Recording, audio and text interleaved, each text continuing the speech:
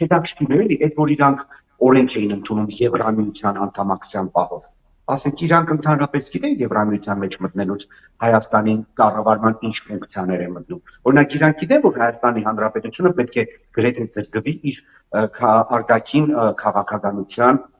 անկախ վարելու իրավունքից։ Ամբողջ ֆինանսական, տնտեսական համակարգը պետք է վերածվի մեկ ուրեմն կենտրոնից, դա Բրյուսելն է։ Բոլոր երկրները պետք է այնտեղ կոնսենսուսային որոշումներ ընդունեն։ Ասենք հիմա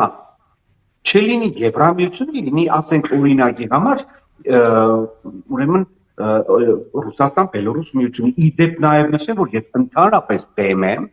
որ Հայաստանը որևէ կառույցի անդամագրվի, ոչ Եվրամիությանը, ոչ էլ այդ Ռուսաստան-Բելորուս միությանը։ Բայց հիմա մարդը իր կարծիքն է հայտնում։ Ես ուզում եմ հասկանամ, ասենք, այդտեղ Հայաստանի ինքնիշխանությունը ի՞նչն է վնասում։ Օրինակ, ինձ հրաշքիր է, քայլից այս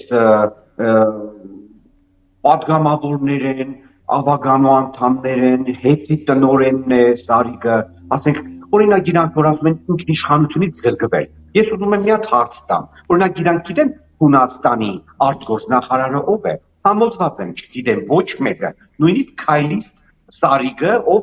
քաղաքագիտության բաժին է ավարտել Սլավոնական համալսարանում, բայց համոզված եմ նրանցից մեծ մասը, օրինակ Մայա Կալլասին շատ լավ գիտի, որտեղ Եվրամիության արտաքին գործերի նախարարը այդ էստոնացի կինն է։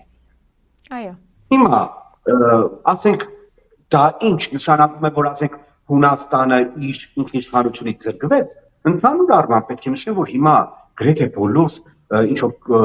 կազմակերպությունների անդամագրվելու պարագայում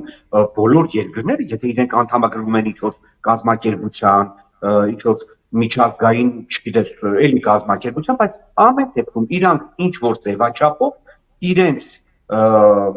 պետական ֆունկցիաներից որոշ մասը զիջում են հօգուտ այդ կազմակերպության միասնական, ուրեմն համապատասխան ինստիտուտների։ Ես զարմանում